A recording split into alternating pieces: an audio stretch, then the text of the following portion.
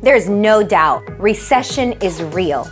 Inflation is real. And well, interest rates, we've seen them go from 2.96% to now north of 5% in just 1 year. So there's definitely a lot of uncertainty on the market. What's going to happen to home prices? And where are interest rates going? Are we going to be seeing more inventory? Well, we are covering today everything that's going to matter to you most. I'm Gia Silva, your trusted real estate advisor here in Long Beach. And today we're going to discuss inflation, recession, where are interest rates going, and what is the forecast for 2022 and the years to come. There's a lot to cover, so let's get right into it. So let's start with interest rates. Okay, just in the beginning of this month, the Fed raised the Fed funds rate. Now, don't get confused. That has nothing to do with mortgage rates. The reason that they took this action to increase the Fed funds rate is to really tame interest rates and get them under control. But before we get into interest rates, what's going to happen to interest rates this year and the years to come, let's discuss the impact of interest rates on home prices. Okay, so let's study history and see what's happened before. In an environment of high interest rates, what happens to home prices? Okay, so we're going back to the 90s, and what we see is that in a rising interest rate environment, home prices actually appreciate. And as you guys can see here, on average, about 8%. Here's why. Rising interest rates actually get people off the fence. So we are gonna continue to see appreciation in home prices. Okay. Let's discuss home appreciation. So we can see that we are going to continue to appreciate, which really brings up the question that everyone has on their mind. Are we heading into another market crash? A market crash like 2008? Well, let's be historians again. Let's study the years leading up to that big crash of 2008. What we know is that the two major reasons that caused the 2008 market crash was loose lending standards and homeowners using their equity as ATMs. Are we in that type of environment today? We're not.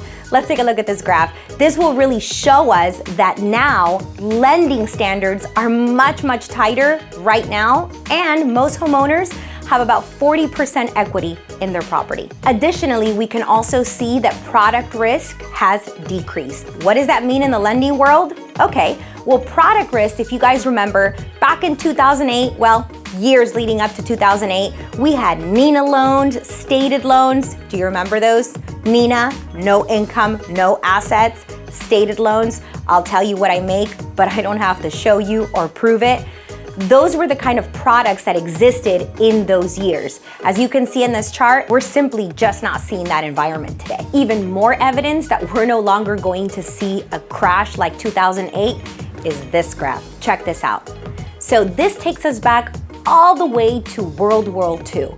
Post-World War II, that's where the housing boom began again. And the only time since 1945 that we have seen a depreciation in home prices is in the 2008 market crash. But Gia, people have all this equity and they're still refinancing and cashing out. So doesn't that mean they're still tapping into their equity? Okay, you're right.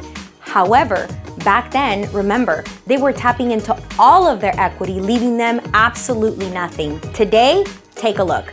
This is the difference that shows you when someone was refinancing and cashing out, what that would do to their payment, the increase on their payment.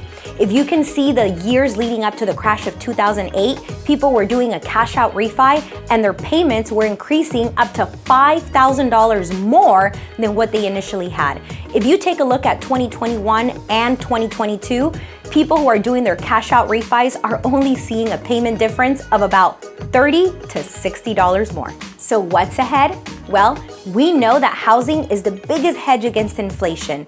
We also know that we're going to continue to appreciate, and that the major voices are saying that we're going to continue to appreciate anywhere between 10% or even a little bit more, depending on our markets.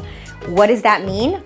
Well, take a look. If you bought a house today, that would mean that in the next year, that's how much increase you have. So not purchasing right now would be leaving a lot of wealth on the table for you. So there you have it. Everything you need to know today to feel empowered and make the best decision for yourself. Whether you have been thinking about making that move, selling your property, purchasing a new one, maybe this is your first purchase, you're a first-time buyer, and you're not sure if it's the right time to buy, I always say, empower yourself with information. Study history, study real estate history, so that you can see that the environment that we are today is very, very different than the past environments. The best place to start is having a strategy session with one of our team members so that we can understand your goals, your timeline, and we can service you best. Give me a call. If you found this video informative, don't forget to like, comment, and subscribe to my channel. See you soon.